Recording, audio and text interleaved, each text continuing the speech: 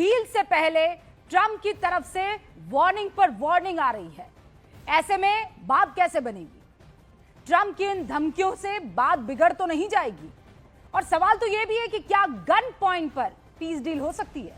इस्लामाबाद में deal lock होगी या फिर डेडलॉक होगा?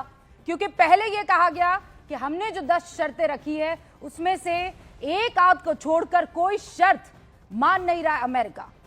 10वीं और आखिरी शर्त, वहां पर तो भयंकर तौर पर वादा खिलाफी हुई। लेबनान में जितना बड़ा हमला इजराइल ने इस बार किया है उससे पहले कभी इस तरीके के धमाके देखने को नहीं मिले हैं। और ऐसे में ईरान, अमेरिका, पाकिस्तान की सरजमी इस्लामाबाद में बातचीत के लिए एक टेबल पर आएंगे।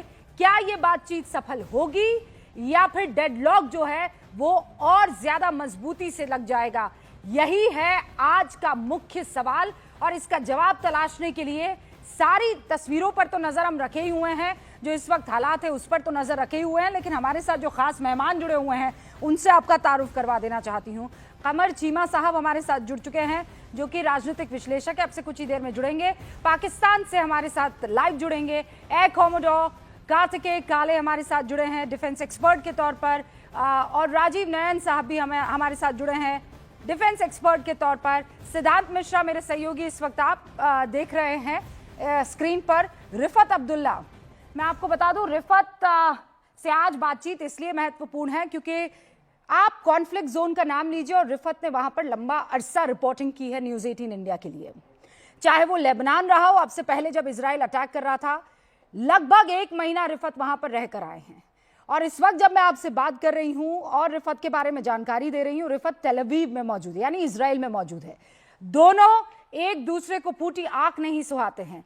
और मिडिल ईस्ट, जिसे वेस्टर्न नजर से आप देखें, और पश्चिमी एशिया, वहां के मुझे लगता है ऑलमोस्ट हर मुल्क का दौरा एक दफा तो रिफत कर ही चुके हैं। और इसीलिए आज रिफत का ग्राउंड जीरो से हमारे साथ मौजूद रहना बहुत जरूरी है। आप सभी का मैं स्वागत करते हुए सबसे पहला सवाल रिफत आप ही से लेते हुए आगे बढ़ूंगी।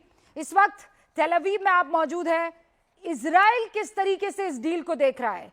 क्योंकि जिस तरीके से ख्वाजा की तरफ से, पाकिस्तान के मिनिस्टर की तरफ से ट्वीट होते हैं, इजराइल को वो जिस तरीके से वहां पर नीचा दिखाने की कोशिश करते हैं, भाई टेबल पर तो जब तक 3 नहीं बैठेंगे बात आगे कैसे बढ़ेगी? इसराइल चाहता है कि लेबनान में एयर स्ट्राइक्स का सिलसिला जारी रहे। लेबनान का इसराइल का ये कहना है कि लेबनान में जहां जहां पे भी हिजबुल्लाह का इंफ्रास्ट्रक्चर है उसको वो तबाह करेंगे। बार बार एयर स्ट्राइक्स की जाती हैं। और जहां तक ईरान की बात है, इसराइल चाहता है कि ना ईरान न्यूक्लियर वेपन कभी बना पाए और ना ही वहां पर मिसाइल की प्रोडक्शन हो, यानी मिसाइल का जो प्रोसेस है बनाने का वो भी रुकना चाहिए और कभी भी उनके पास न्यूक्लियर वेपन नहीं आना चाहिए। ये इसराइल के ऑब्जेक्टिव्स हैं। लेकिन जिस तरीके से यूएस का इस्तेमाल हुआ, तो यूएस चाहता है कि वो अपने पैर वापस खींचे। क्या वो कबूल होगा इसराइल को? इस पे सबकी नजरें हैं, क्योंकि ये एक बायलेटरल इशू नहीं है। ये इसराइल और ईरान के दरमियान नहीं है, ना ही ये यूएस और ईरान के दरमियान है, बल्कि यहाँ पर स्टेक होल्डर इसराइल भी है, यहाँ पर लेबनान भी है, यहाँ पर हिजबुल्लाह भी है, यहाँ पर हुटीज भी हैं, यहाँ पर अमेरिका भी है, ईरान भी है। तो इसमें ये घिरा हुआ है ये मामला। तो क्या बातचीत सफल होगी? इस पे सबकी नजरें हैं। फिलहाल टेम्परेरी हो सकता है कि पीस आए, लेकिन परमानेंट सोल्यूशन के लिए बहुत टाइम लग सकता है, नेगोशिएशंस होनी है। खासतौर से जिस तरीके से इसराइल का कहना है कि वो लेबनान में हिजबुल्लाह को डिसआर्म करना चाहते हैं और लेबनी सरकार ने उन्हें आश्वासन दिया है कि वो हिजबुल्लाह के डिसआर्म के लिए काम करेंगे, डिसआर्म करने के लिए। लेकिन हिजबुल्लाह के चीफ जो है नईम कासिम, उन्होंने साफ कर दिया है कि वो किसी भी सूरत में हथियार नहीं छोड़ेंगे, बल्कि इस्राएली फोर्सेस के खिलाफ लड़ते लेंगे तब तक जब तक पूरी तरह से वो लेबनान टेरिटरी से इस्राएली फोर्सेस को नहीं निकालेंगे। लेकिन इस बार जो है पैर बहुत ज्यादा मजबूत किए हैं इस्राएली फोर्सेस ने लेबनान की टेरिटरी के अंदर। करीब 8 किलोमीटर का बॉर्डर का एरिया है जहां पर इस्राएली फोर्सेस घुस चुके हैं। जगह जगह पे इस्राएली फोर्सेस की प्रेजेंस है। मार्कीवा टैंक्स लगातार लगी हुई हैं। मैं मितोला विलेज में कल ही था। मितोला वो एरिया है जिसके उस साइड से कफर कीला एरिया है लेबनान का, और वहां पर कफर कीला एरिया जो है वहां पर एक मकान, एक सड़क, एक अस्पताल, कोई भी चीज आप नहीं देखेंगे। बिल्कुल उसको गाजा से भी बदतर हालत कर दी गई है। जबकि मितुला का एरिया है, किरात शुमान का एरिया है, वहां पर भी थोड़ा नुकसान हुआ है, लेकिन उतना नहीं जितना लेबनीज टेरिटरी के अंदर इर्द गिर्द हुआ है। तो ऐसे में सबकी नजरें इसी चीज पे हैं, क्या अगर लेबनान में सीज फायर होता है, क्या हिजबुल्लाह अटैक्स का सिलसिला बंद करेगा? क्या हिजबुल्लाह मानेगा कि वो अपने हथियार छोड़ देगा? बात रिफत कह रहे हैं तभी ऐसा लग रहा है कि ये तो ऐसी शर्त हो गई कि रात को सूरज निकलेगा। क्या ये पॉसिबल है? चाहे वो हमास की तरफ से हो, चाहे वो हिजबुल्लाह की तरफ से हो, चाहे वो हुतीस की तरफ से हो, ये लगातार हथियारबंद लड़ाई ही लड़ते रहे हैं।